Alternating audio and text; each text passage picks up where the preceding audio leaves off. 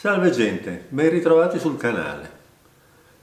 Per chi arrivasse qui per la prima volta, questo canale si occupa principalmente di giri in moto per la regione del Trentino, a bordo di una moto d'epoca, come del resto è d'epoca il suo pilota. Oggi vi voglio proporre una rivisitazione dei principali castelli visitati e scovati nella passata stagione. Sì, perché per chi non lo sapesse, mi sono preso un trip per i castelli che vado cercando e scovando appunto a bordo della mia piccola Aquila rossa, la Moto Guzzi V35. Con la prossima stagione ci saranno di sicuro altri castelli, però penso che mi occuperò anche dei tanti fortini della Prima Guerra Mondiale di cui la regione è piena e sono anche loro di certo piuttosto interessanti. Ecco, vi lascio alla visione del video. Se alla fine vi è piaciuto, grazie di mettere un like e di iscrivervi al canale. Questo mi supporterebbe molto e anche mi aiuterebbe molto con l'algoritmo di YouTube. Grazie, a presto e alle prossime. Ciao ciao! Il primo castello della stagione è stato il castello di Segonzano, che non è stato facile da trovare perché in effetti non si trova affatto a Segonzano, ma in un paese vicino che si chiama Piazzo.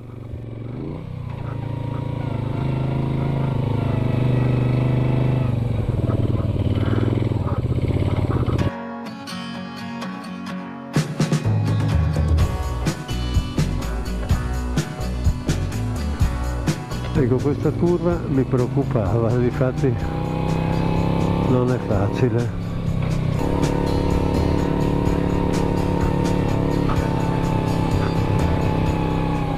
Anche se la GoPro appiattisce tutto e non rende, la strada si sta facendo sempre più ripida.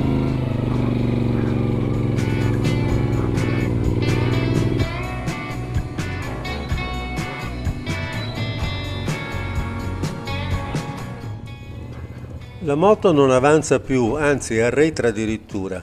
Sono costretto a spegnere il motore e ingranare la prima per fermarla.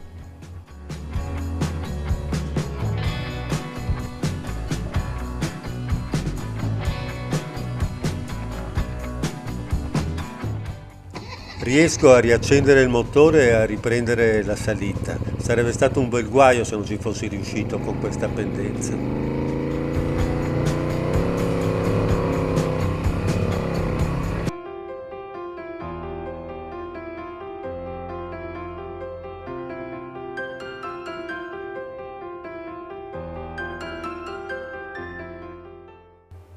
I ruderi del castello in questa ambientazione sono veramente molto affascinanti. Ne rimane però proprio ben poco. Nel 1850 circa fu concesso agli abitanti del paese di utilizzare le pietre del castello per le loro case. Io penso che iniziarono molto prima. Castello di Besenello, abbastanza facile da trovare perché si trova sulla strada che congiunge Trento a Rovereto. Non sarà così per quelli successivi, in particolar modo per Castelcorvo. Su uno spigolo di roccia di un'antica frana. Un tempo il murazzo, una massiccia muratura di cui rimangono poche tracce, si allungava dal castello fino al fiume Adige che passava sottostante, bloccando e controllando in tal modo la strada imperiale. Il castello e la piana sottostante sono stati teatro di numerose battaglie. Castelcorvo, misterioso come misterioso il suo nome, al primo tentativo non sono riuscito a trovarlo. Navigatore, comunque decido di seguirlo, speriamo che abbia ragione lui.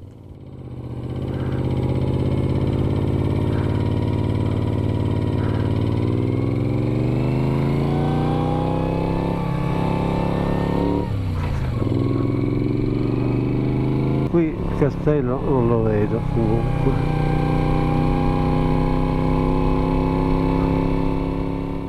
Manco Castelcorvo, però mi trovo sulla strada per Castelnoarna, che è di sicuro molto bello.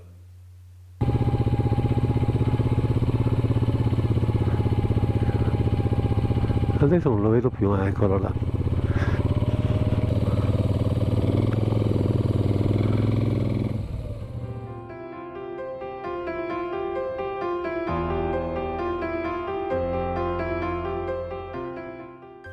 Si hanno notizie del castello fin dal 1100 che nel corso dei secoli subì profonde mutazioni. Particolarmente famoso è questo castello perché qui si tenne nel 1749 l'ultimo processo alle streghe nel Trentino. Attualmente... Allora, voglio raccontarvi una storia perché io non ne posso più, non riesco a capire come mi succede. L'avrete capito ultimamente dai miei video, mi sono preso un trip per i castelli, sto girando per i castelli del Trentino. Alcuni li trovo, altri no. Comunque ce n'è uno in particolare che non riesco proprio a trovare, cioè non ci riesco. Ci sono andato ormai già 2 volte facendo 2 strade leggermente differenti e tutte e 2 le volte l'ho mancato. Questa stradina, ci sono dei ciclisti, delle persone qua ferme, non riesco a vedere i cartelli che poi ho scoperto che ci fossero e da come vedo questa strada decido che non è il caso che io mi avventuri con la mia moto stradale su questa strada, per cui torno indietro e questa è la storia del mio ultimo tentativo di arrivare a Castelcorno. Cambio completamente zona e vado a cercare i ruderi di Castel Belfort.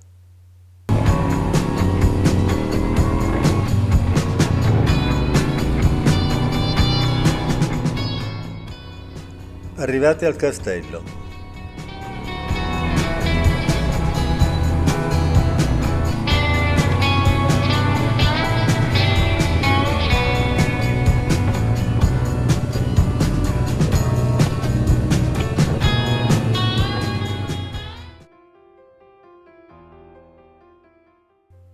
Il castello fu eretto a difesa della valle nel 1300. Nel corso dei secoli passò attraverso diverse signorie, fintanto che nel 1700 cadde in disuso e lentamente in rovina.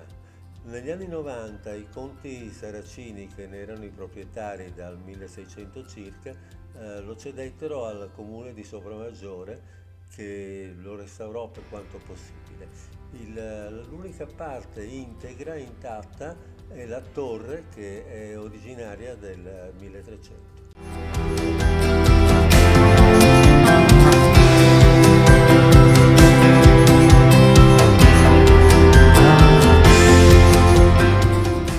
Il castello, a partire dal 1600, perse progressivamente la sua funzione difensiva e venne trasformato in residenza, per poi appunto cadere in rovina, come si vede da queste immagini. Verso la Val Sugana per andare a vedere 2 torri romane. Questo è uno di quei casi in cui strada facendo si incontra una cosa inaspettata che è comunque molto interessante. Che bello questo posto. Buongiorno. Molto bello. Questo sembra fosse un castello una volta. Mi sono documentato, si tratta del Maso Desiderio. Le sue prime notizie si hanno dal 1027. Mi parcheggio qua. Ecco, siamo arrivati alla prima torre, la Torre Quadra, che adesso vi mostro.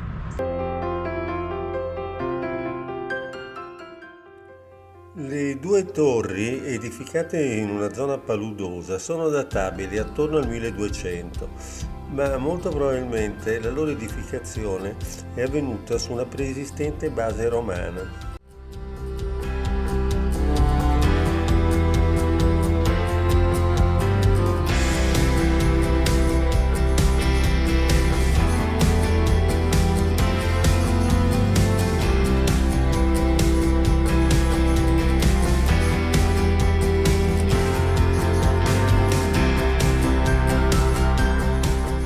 Nella Val di Cembra, a Villa di Giovo, una torre, la Torre della Rosa, poco visibile, poco conosciuta, ma misteriosa e affascinante. Ritrovati sul canale. Oggi voglio andare a cercare una torre a Villa di Giovo. Eccola, ecco la torre, eccola là. Ah, si vede benissimo. Adesso si tratta solo di arrivarci vicino in tutta la sua magnificenza, la torre.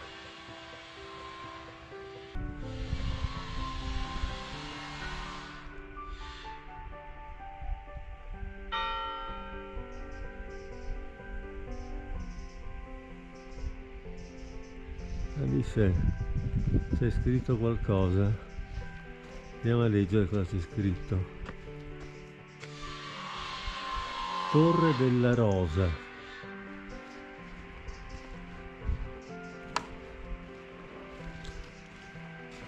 Il castello della Rosa, Villa di Giovo, è ricordato negli antichi documenti scritti col nome di Castello di Giovo o Castel de Giovo. Narra una leggenda che il fantasma di una bionda castellana di nome Rosa si aggiri nelle notti di luna piena attorno alla torre, da qui il nome di Castello della Rosa, almeno così potrebbe essere. Concludo con un castello che ormai non è più un castello perché è una residenza signorile. Si trova a Seregnano, un piccolo borgo che ha mantenuto intatte le sue caratteristiche e il suo fascino contadino. Delle indicazioni, è come è un posto inesistente. Qui c'è un bivio che dice Seregnano.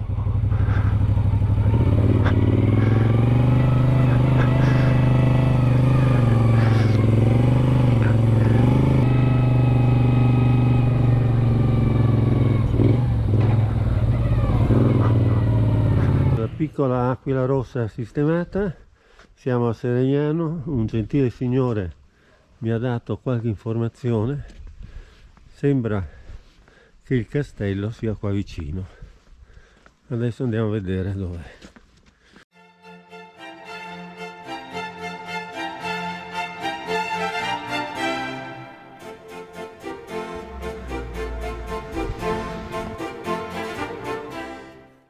Qui il portone è chiuso, ma noi diamo una sbirciatina all'interno.